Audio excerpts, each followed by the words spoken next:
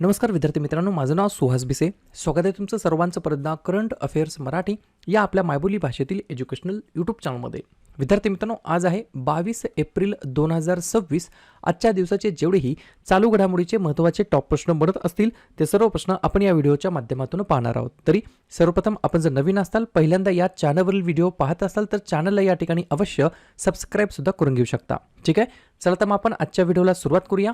त्या अगोदर कालच्या व्हिडिओमध्ये जो काही शेवटचा प्रश्न विचारला होता त्या प्रश्नाचं उत्तर जाणून घेऊया. काय होता प्रश्न? नुकत्याच जाहीर झालेल्या जागतिक ऊर्जा संक्रमण निर्देशांकामध्ये भारताचा क्रमांक कितवा होता? तर बऱ्याच विद्यार्थी मित्रांनी अगदी योग्य उत्तर टाईप करून सांगितलं आहे. पर्याय क्रमांक बी, आपल्या प्यारा भारताचा या ठिकाणी 67वा क्रमांक होता. कशामध्ये? जागतिक ऊर्जा संक्रमण निर्देशांकामध्ये भारताचा 67वा क्रमांक होता. क्लिअर? आता पाहूया विद्यार्थी मित्रांनो प्रश्न क्रमांक पहिला. टोटल संपूर्ण व्हिडिओमध्ये 12 प्रश्न असतील. सुरुवातीपासून शेवटपर्यंत व्हिडिओ प्रामाणिकपणे पाहण्याचा प्रयत्न करा. एक प्रश्न महत्त्वाचा आहे, तुम्ही कोणत्याही परीक्षेची तयारी करा. प्रश्न क्रमांक पहिला काय आहे? कोणत्या भारतीय वनस्पती शास्त्रज्ञाला WWF राष्ट्रीय पुरस्कार 2026 प्रदान करण्यात आलेला आहे? प्रश्न क्रमांक पहिल्याचं योग्य उत्तर आहे पर्याय क्रमांक डी, एन अलीम युसुफ असं त्यांचं नाव आहे. काय नाव आहे? एन अलीफ युसुफ असं त्यांचं नाव आहे.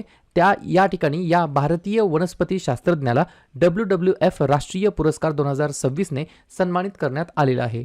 पॉइंट लिहून घ्या.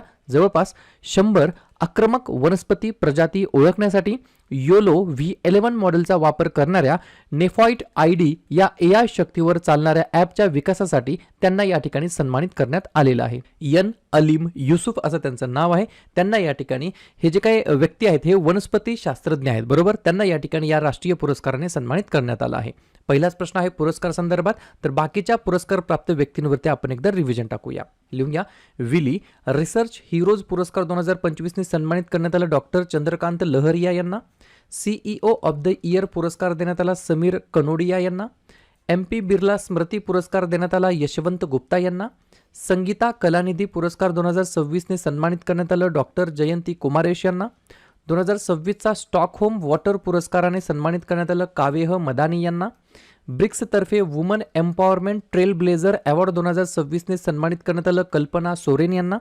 35व्या सरस्वती सन्मान 2025 ने सन्मानित करण्यात आलं रामकुमार मुखोपाध्याय यांना. अबेल पारितोषिक 2026 ने सन्मानित करण्यात आलं गर्ड फ्लांटिंग्ज यांना. 2024-25 या वर्षासाठी MS स्वामीनाथन पुरस्काराने सन्मानित करण्यात आलं डॉक्टर श्री श्रीनिवास राव यांना. मछली राष्ट्रीय पुरस्कार 2026 ने सन्मानित करण्यात आलं अनिता चौधरी यांना. आणि कोणते जे काही वनस्पती शास्त्रज्ञ आहेत त्यांना या ठिकाणी WWF राष्ट्रीय पुरस्काराने सन्मानित करण्यात आलं तर एन अलीम युसुफ असं त्यांचं नाव आहे. ठीक आहे, या ठिकाणी पुढचा प्रश्न क्रमांक दुसरा. एप्रिल 2026 मध्ये भारतीय उपराष्ट्रपतींनी श्रीलंकेला केलेला पहिला द्विपक्षीय दौरा हा कोणी केलेला आहे? 2 नंबरच्या प्रश्नाचं योग्य उत्तर आहे पर्याय क्रमांक सी, CP राधाकृष्णन हे या प्रश्नाचं योग्य उत्तर असणार आहे. तर CP राधाकृष्णन हे जे काही भारतीय या ठिकाणी उपराष्ट्रपती आहेत त्यांनी या ठिकाणी नुकतेच श्रीलंकेला या ठिकाणी केलेला पहिला द्विपक्षीय दौरा आहे. त्याच्यामुळे कदाचित प्रश्न विचारला जाऊ शकतो. बऱ्याच जणांनी मला काल मेसेज केला आहे, कॉल केला आहे की सर तुमचा हा जो काही कोर्स आहे चालू घडामोडी 2026-27 याच्याबद्दल आम्हाला थोडंसं या ठिकाणी माहिती द्या, आम्हाला समजत नाही नेमकं काय आहे. लक्षात घ्या, हा जो काही कोर्स आहे हा संपूर्ण वर्षभरासाठी असणार आहे, बरोबर. कालपासून हा कोर्स लॉन्च झालेला आहे. 365 दिवसासाठी हा कोर्स असणार आहे आणि 365 रुपये याची किंमत असणार आहे. 1 रुपये दिवसाला, 30 रुपये महिन्याला, 365 दिवसाला 365 रुपये, बरोबर. कोर्सची मुळात किंमत आहे 500 रुपये, परंतु 30 एप्रिल 2026च्या अगोदर जर तुम्ही खरेदी केलं तर तुम्हाला 365 रुपयाला हा कोर्स मिळणार आहे. सुरुवातीच्या 300 विद्यार्थ्यांना हा कोर्स या ठिकाणी 365 रुपयाला मिळणार आहे. ऑलरेडी 150 ते 150 विद्यार्थ्यांनी हा कोर्स परचेस केलेला आहे. या ठिकाणी तुम्हाला जर काही अडचण येत असेल तर हा माझा व्हॉट्सअप नंबर आहे 96-730-58-600. व्हॉट्सअपला मेसेज करा जर तुमची काही शंका असेल तर, बरोबर. आणि या कोर्समध्ये तुम्हाला नेमकं काय भेटणार आहे तर लक्षात घ्या, कोर्स तुम्ही विकत घेतल्या तुम्हाला या ठिकाणी चालू घडामोडीचे 100 मार्काचे 6 क्वेश्चन पेपर इन्स्टंट तुम्हाला या ठिकाणी मिळणार आहेत. त्याच्यानंतर प्रत्येक आठवड्याला म्हणजेच प्रत्येक रविवारी तुम्हाला 2 टेस्ट मिळणार आहेत, बरोबर. त्याच्यामधली पहिली टेस्ट असणार आहे संपूर्ण आठवड्यामधील करंट अफेअर्सवरती आणि दुसरी टेस्ट असणार आहे एका स्पेशल टॉपिकवरती. स्पेशल टॉपिक म्हणजे काय? नियुक्त्या असतील, पुरस्कार असतील, बरोबर कधी अशा या ठिकाणी वेगवेगळ्या टॉपिक्सवरती तुम्हाला परीक्षा या ठिकाणी घेण्यात येणार आहे. आणि महिना संपला की पूर्ण महिन्याची चालू घडामोडीची टेस्ट तुमच्याकडून घेण्यात येणार आहे. बरोबर, हा सर्व डाटा तुम्हाला या ठिकाणी या कोर्समध्ये मिळणार आहे. बरोबर, तुम्हाला काय करायचं आहे, करंट अफेअर्स मराठी नावाचं ॲप्लिकेशन डाउनलोड करायचं आहे, इन्स्टॉल करायचं आहे, लॉग इन करायचं आहे आणि त्याच्यामध्ये बॅचेस नावाचं या ठिकाणी एक फोल्डर आहे, बॉक्स आहे, त्याला क्लिक करून चालू घडामोडी 2026 सुहास भिसे हा कोर्सला क्लिक करायचा आहे आणि कोर्स तुम्हाला परचेस करायचा आहे. पुढचा प्रश्न क्रमांक 3, कोणत्या राज्याने इंग्रजी सोबत खासी आणि गारो भाषांना अधिकृत राज्यभाषा म्हणून मान्यता दिलेली आहे? 3 नंबरच्या प्रश्नाचं योग्य उत्तर आहे पर्याय क्रमांक बी, मेघालय हे या प्रश्नाचं योग्य उत्तर असणार आहे. तर मेघालय राज्याने इंग्रजी भाषेसोबत खासी आणि गारो या दोन्ही लँग्वेजला ऑफिशियली या ठिकाणी स्टेट लँग्वेज म्हणून, राज्यभाषा म्हणून या ठिकाणी मान्यता दिलेली आहे. मेघालय हे या प्रश्नाचं योग्य उत्तर असणार आहे. मेघालयबद्दल सांगायचं म्हटलं तर स्थापना 21 जानेवारी 1972, मुख्यमंत्री कॉनॉर्ड संगमा, राज्यपाल CH विजयशंकर, राजधानी शिलाँग. 3 महत्त्वाचे राष्ट्रीय उद्यान नोकरेक, बालपक्रम, बागमारा आणि 3 महत्त्वाचे धरण लेशका, माओफालांग आणि क्रेम. क्लिअर. पुढचा प्रश्न क्रमांक 4, IMFच्या एप्रिल 2026च्या ताज्या आकडेवारीनुसार अर्थव्यवस्थेच्या बाबतीमध्ये भारत कितव्या स्थानावरती आता आलेला आहे? 4थ्या नंबरच्या प्रश्नाचं योग्य उत्तर आहे पर्याय क्रमांक ए, आपला प्यारा भारत 6व्या क्रमांकावरती आहे. बरोबर, अगोदर 5व्या क्रमांकावरती होता, तो आता या ठिकाणी 6व्या क्रमांकावरती आलेला आहे. आणि 5व्या क्रमांकावरती कोण आला आहे तर ब्रिटन, UK, युनायटेड किंगडम. बरं, जागतिक अर्थव्यवस्था क्रमवारीमध्ये 1 नंबरला आहे अमेरिका, 2 नंबरला आहे चीन, 3 नंबरला आहे जर्मनी, 4 नंबरला आहे जपान, 5 नंबरला आहे UK, ज्याने की भारताला आता मागे टाकलेलं आहे, आणि 6 नंबरला आहे आपला भारत देश. बरोबर, या गोष्टी तुम्हाला लक्षात ठेवायच्या आहेत, या सिक्वेन्स तुम्हाला लक्षात ठेवायच्या आहेत. क्लिअर. प्रश्न आहे एखाद्या आकडेवारीमध्ये भारताच्या स्थानाबद्दल. तर बाकीचे जे काही वेगवेगळे निर्देशांक असतात त्याच्यामध्ये भारताचा क्रमांक किती आहे त्याच्यावरती आपण एकदा रिव्हिजन टाकूया. लिहून घ्या.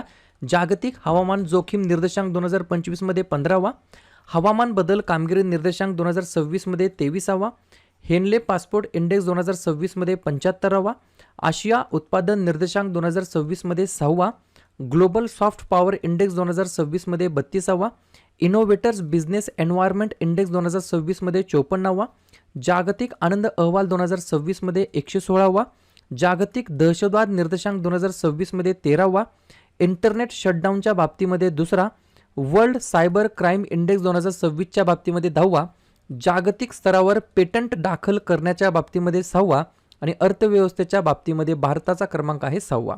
पुढचा प्रश्न क्रमांक 5, अमेरिकेच्या national initiative for American space nuclear power या अंतर्गत अमेरिका कोणत्या वर्षापर्यंत अंतराळ कक्षामध्ये अणुभट्ट्या स्थापन करण्याची योजना आखत आहे? तर पर्याय क्रमांक डी 2028 म्हणजेच 2028 या वर्षापर्यंत या ठिकाणी अंतराळ कक्षेमध्ये अणुभट्ट्या स्थापन करण्याची योजना आखत आहे अमेरिका.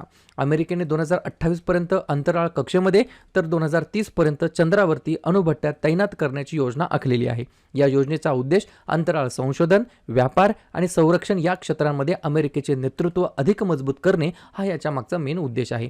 हे पृथ्वीच्या कक्षेत, चंद्राच्या पृष्ठभागावर आणि भविष्यातील मंगळ मोहिमांसारख्या दीर्घकालीन मोहिमांसाठी अवकाश अणुऊर्जा प्रणाली विकसित करण्यावरती लक्ष केंद्रित करतं. 2028 या वर्षापर्यंत या ठिकाणी अंतराळ कक्षेमध्ये अणुभट्ट्या स्थापन करण्याची योजना आखत आहे कोण? अमेरिका. आणि कशाच्या अंतर्गत? National initiative for American space nuclear power अंतर्गत. पुढचा प्रश्न क्रमांक 6, भारताचे पहिले पेट्रोग्लिफ संवर्धन उद्यान कोणत्या राज्यामध्ये किंवा केंद्रशासित प्रदेशामध्ये स्थापन करण्यात आलेलं आहे? म्हणजे कशाबद्दल आहे हे तर मी सांगतो. तर पर्याय क्रमांक सी, लडाख या केंद्रशासित प्रदेशाच्या अंतर्गत या ठिकाणी भारताचे पहिले पेट्रोग्लिफ संवर्धन उद्यान या ठिकाणी या प्रदेशामध्ये स्थापन करण्यात आलेलं आहे. उद्देश काय? तर लडाखमधील प्राचीन खडकांवरील कोरीव काम, ज्याला म्हणता येईल पेट्रोग्लिफ्स, हे जे हजारो वर्ष जुने आहेत आणि हवामान बदलामुळे किंवा मानवी हस्तक्षेपामुळे ते धोक्यात आलेले आहेत, त्यांचे संरक्षण करणे हा या उद्यानाचा मागचा मुख्य उद्देश आहे. पर्याय क्रमांक सी, लडाख हे या प्रश्नाचं योग्य उत्तर असणार आहे. लडाखबद्दल सांगायचं म्हटलं तर लडाख हा एक जम्मू आणि काश्मीर राज्याचा एक भाग होता. त्यानंतर काय झालं? ऑगस्ट 2019 मध्ये भारतीय संसदेने कायदा केला ज्याद्वारे 31 ऑक्टोबर 2019ला लडाखला केंद्रशासित प्रदेशाचा दर्जा देण्यात आला. लडाखची राजधानी आहे लेह. कारगिल आणि गव्हर्नर आहेत वर्तमानमधील विनय कुमार सक्सेना.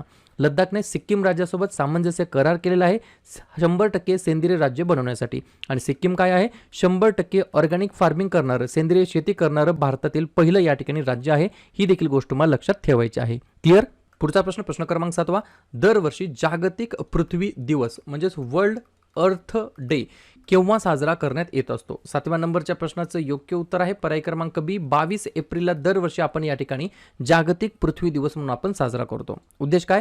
वाढते प्रदूषण, जंगलतोड आणि हवामान बदलाविषयी लोकांना जागरूकता करणे आणि पृथ्वी वाचवण्यासाठी कृती करण्यास प्रोत्साहित करणे हा याच्या मागचा उद्देश आहे. 2026 ची थीम काय आहे? जागतिक पृथ्वी दिवसाची आवर पॉवर आवर प्लॅनेट अशा प्रकारची थीम आहे फॉर द इयर ऑफ. या ठिकाणी कशासाठी? तर 2026 साठी वर्ल्ड अर्थ डे बद्दल, जागतिक पृथ्वी दिवसाबद्दल. ठीक आहे, प्रश्न आहे महत्त्वाच्या दिवसाबद्दल. तर लगेच काय करूया, एप्रिल महिन्यातील जेवढेही महत्त्वाचे दिवस असतील त्याच्यावरती आपण एकदा रिव्हिजन टाकूया. लिहून घ्या.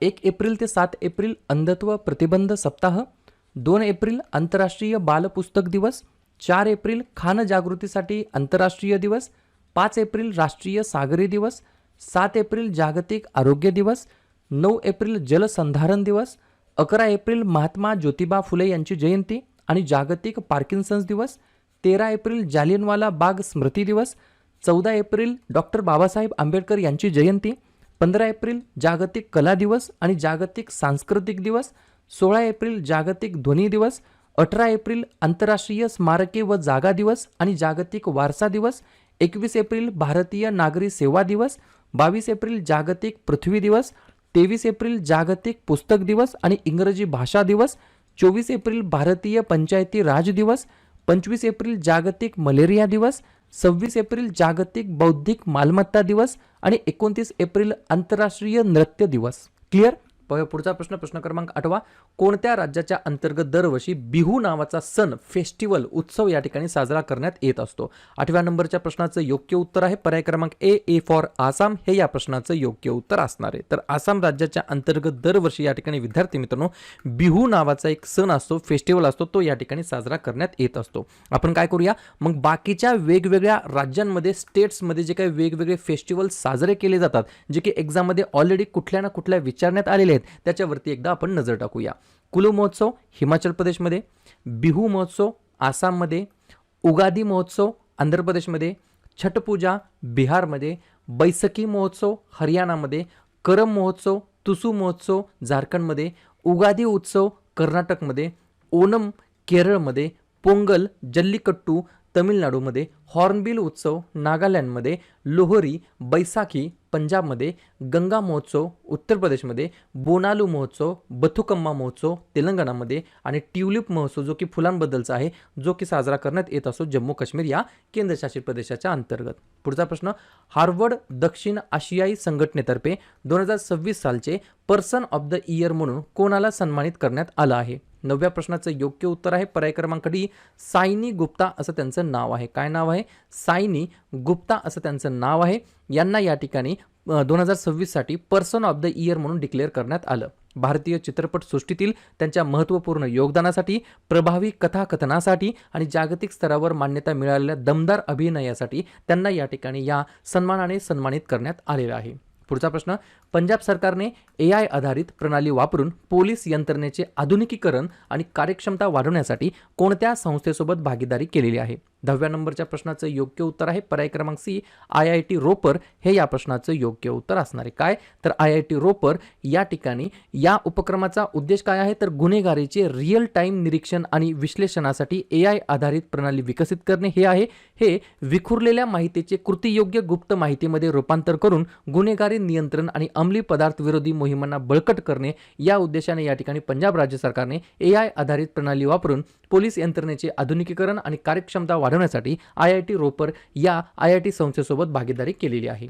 पुढचा प्रश्न, केम्ब्रिजच्या संशोधकांनी AIचा ऊर्जा वापर कमी करण्यासाठी कोणत्या सामग्रीवर आधारित एक स्थिर मेमरिस्टर विकसित केलेला आहे? तर पर्याय क्रमांक बी, हॅम्फियम ऑक्साईड. बरोबर, हॅम्फियम ऑक्साईड. मेमरिस्टर ही एक अशी इलेक्ट्रॉनिक उपकरण आहे जी पूर्वीच्या विद्युत प्रवाहाची नोंद ठेवून विद्युत प्रवाहाचे नियमन करतात.